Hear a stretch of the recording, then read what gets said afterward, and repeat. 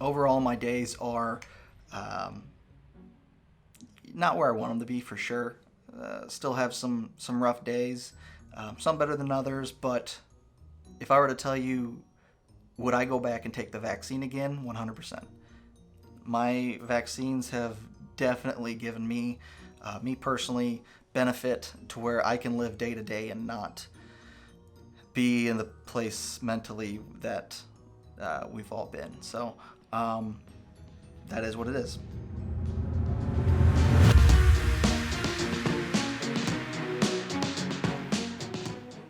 Hey, welcome back. Thanks for joining me again for another video. If you're watching this today, you're probably someone who is either going through long COVID or know someone who's experiencing long COVID. And so I would encourage you guys to watch the first video that I posted on this channel. I'll link it down below in the description. This is more of a follow-up video to that, more of a part 2 as far as the second shot that I got and my story. And so everything I discussed today by no means is any kind of medical advice or me telling you you should do X, Y, or Z. This is just my story and you can take it for what it is. Back to my first shot in March, I had some pretty rough symptoms. I had a flare-up of pretty much everything I had experienced up to that point. And it was pretty rough. I had a lot of nerve pain and things like that. And since then, I'd actually gotten on Gabapentin. So I just want to make sure you guys are aware. I was on Gabapentin for that nerve pain. I was describing it as kind of being injected with poison. In the previous video, I wasn't quite sure what it was. Since then, I've learned that it was peripheral neuropathy, but it was in my chest, which is odd because it's usually in your limbs, but mine was in my chest for the most part, maybe a little bit up into my jaw. And I was prescribed some of that, and it definitely worked for me. The Gabapentin took away the nerve pain 100%, maybe 99%, might have a twinge here or there, but overall I didn't feel it at all. However, I did have some pretty nasty side effects from that. Just it messed with mood swings, depression, and if you know me, I'm a very upbeat, happy person, never struggled with that in my life, so I definitely told my doctor I'm getting off of that, and so we titrated off of that. So on my second vaccine shot, the question everyone's been asking is, how did your second shot go? And I promised an update. That's what this video is for. And I honestly, I've got to say, I think I did a lot better on my second shot compared to my first, which is not what I've heard other people report. But I had a very rough day the next day after my second shot. I had 100.4 fever, 100.4 fever, and I just let it ride. I let that fever burn itself out, and I was kind of going on the assumption that, or this theory that, back in November when I was sick, I was taking Dayquil and NyQuil and anything I could to stop a fever, just trying to combat this virus. And my theory is that maybe on a low level that allowed the virus to live in my body. I could be 100% wrong about that, but I just wanted to let that fever run its course on this second shot. And so all day I felt absolutely miserable, headache, brain fog galore, just even my neuropathy was coming out, everything, chest pain, shortness of breath, just a horrible day. And so the next day, however, and the day after that, and the day after that, it was not pleasant. It wasn't the best I've been, but by no means as bad as it was on my first shot. So I definitely had a better experience on my second vaccine shot. Now, in my first video, I described my 5 big symptoms, which were brain fog, before I forget, brain fog, shortness of breath, that peripheral neuropathy, or I was calling it poison pain at the time, but it was nerve pain, regular chest pain in general, and fatigue. As you can tell, I'm not 100% on the brain fog thing. But since then, I've got to say, I feel a whole lot better than I did pre-shot 2, if that makes sense. I saw a pretty drastic difference between shot 1 and shot 2. Now, by no means am I 100%. In fact, my life still is pretty rough. But it's now livable, and it's not just pure despair at all times. I've seen a lot of people on the Survivor Corps Facebook page, and I see it all the time. There's so many people who are struggling just to get day by day. And every day is a challenge for sure still, but there are people in some really low places, and I can relate, but I can definitely say I saw a big decrease in symptoms after my second shot. Now, having said that, I do want to point out that, as we know, COVID's or long COVID symptoms are kind of cyclical. Not only do they ebb and flow, but you also tend to get some changing symptoms. And so they've definitely shifted a bit.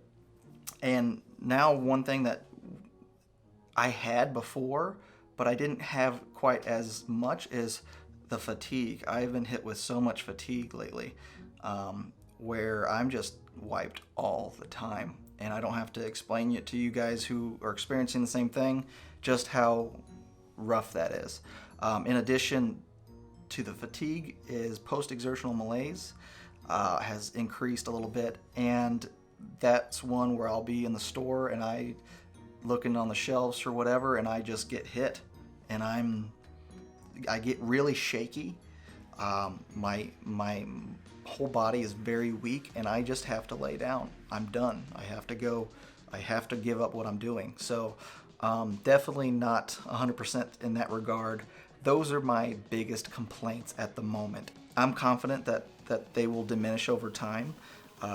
And so in addition to that, I have also seen my shortness of breath go down. I've seen chest pain go down. I have very little chest pain, and that was one of the big ones for me. It's musculoskeletal, and also my heart. It's two different chest pains in addition to the nerve pain in my chest. So I have 3 chest pains, but the 2 musculoskeletal and literally my heart would hurt. I still get some of that on a low level, but it's definitely manageable. Nowhere near what it was before my vaccinations. I also I still get my shortness of breath, mainly when I'm leaning back in a chair or in bed against the headboard, and I've got pressure on my lungs, I believe. My pulmonologist believes I just have still some low-level inflammation that's hanging out, causing that, because I don't really feel it when I'm up and walking around. I don't feel it now. I'm sitting in a stool with no back, and I don't really feel it. I'm also sitting because I'm too tired to stand during this whole video. So that's life right now. But I believe there's light at the end of the tunnel for you guys who are out there struggling. I'm going to get to that in a second. But and one thing I've also noticed is I feel like my blood pressure has gone up. I'll be sitting there, holding my phone, watching a video, or doing some research or whatever, and I can just see the whole phone shaking. The reflection of the window, it's just like it'll shake to my heartbeat. Not tremors, although I've had some of those. This is definitely rhythmic shaking to my heartbeat. So it is what it is. I got a blood pressure thing that goes on your wrist. It was $20-25 on Amazon. It's for old people. It reads it out loud, and it's got really big letters and numbers on it. But it's been telling me I have normal blood pressure, but yeah, I've just something I've noticed. So I wanted to be upfront about everything I've experienced. Overall, my days are not where I want them to be for sure. Still have some rough days, some better than others. But if I were to tell you, would I go back and take the vaccine again? 100%. My vaccines have definitely given me personally, benefit to where I can live day to day and not be in the place mentally that we've all been. So that is what it is. Now, I've been doing some research on this, and in the beginning, I I really shied away from the autoimmune diseases that this might be, or the dysautonomia, or the chronic fatigue syndrome, and I was just like, no, I just didn't want it to be, because that in my mind was probably the worst option. But the more and more I research this and see the symptoms compared to ME/CFS or chronic fatigue syndrome, the more that I just have to accept that that's what this probably has turned into for me. Although COVID is very much an inflammation-based disease, I feel like a lot of my inflammation has died down. Not gone, but died down. And a lot of what I'm experiencing now is just my body just hasn't regulated. It hasn't gone to a position of homeostasis. And I've really found a really good explanation for this that just really makes sense to me.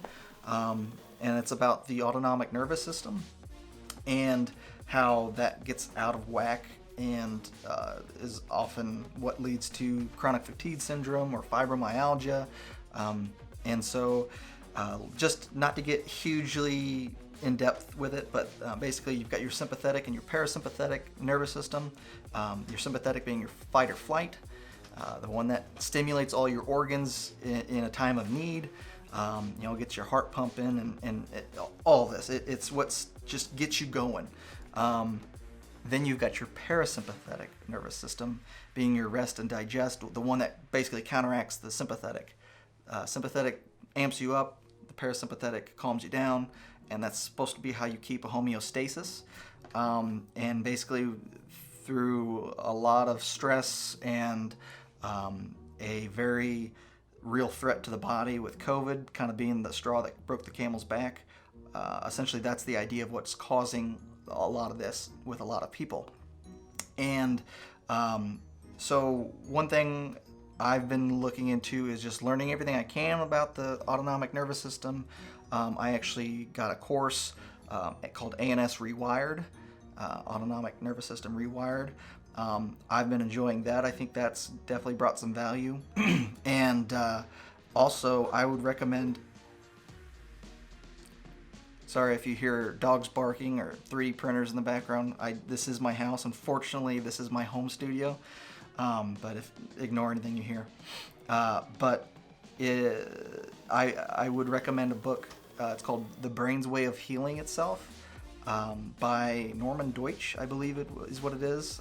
Get it on Audible if you can't read it, or that's how I've been going through it. It's a fascinating book, but everything lines up, and it really sheds light on the whole situation. But it also gives you a light at the end of the tunnel, because I was always under the impression, and I think a lot of the medical community is under the impression, that chronic fatigue syndrome, which is caused by the ANS going astray, is really an incurable disease. And the more and more I research it, the more and more I'm seeing recovery stories and people who have gone through it and gotten better. And I think it's just because there's been so much or so little research into chronic fatigue syndrome, fibromyalgia.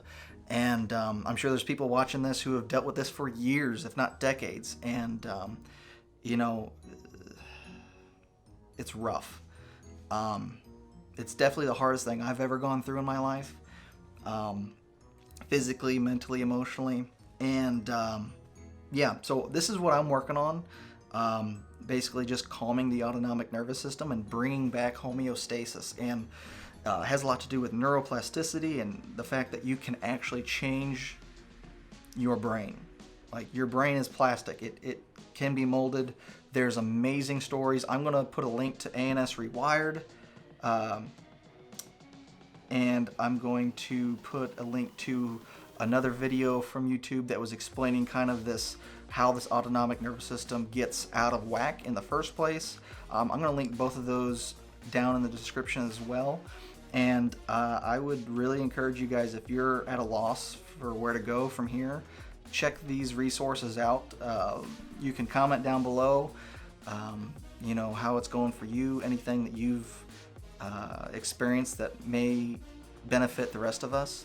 I'm open for any explanation or route to get better. I mean, this is a journey for all of us, so please comment down below. Anyway, guys, that's it for me. I'm going to I just wanted to give you a quick little update. It was asked for and promised, and so you know, stay safe out there. Wear your mask. You know, if there are people watching this video are still anti-maskers, I don't know what to tell you anymore. It's been over a year. The data's out there. Masks do work. No, they're not perfect.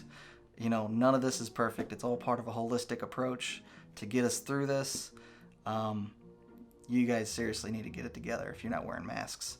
I feel like anti-maskers are the little kid in line when you're growing up and you're waiting in line to go to recess, and everyone's standing straight and quiet except for little Timmy, who just can't get it together. He's, you know, can't stand straight. He's fidgeting. He's, you know, playing with a kid in front of him. He's doing everything except for what he's supposed to be doing, even though it's super easy to do it. It's super easy to wear a mask. And none of us want to wear these. None of us want to wear a mask. None of us want a social distance. We're all tired of it too. But this is how we get out to recess. This is how we get out of this pandemic. So get it together, guys. Seriously. There's no excuse for someone to put someone else's health at risk when it's so easily avoidable by putting on a mask. So anyway, guys, stay safe, and I'll talk to you next time. Peace.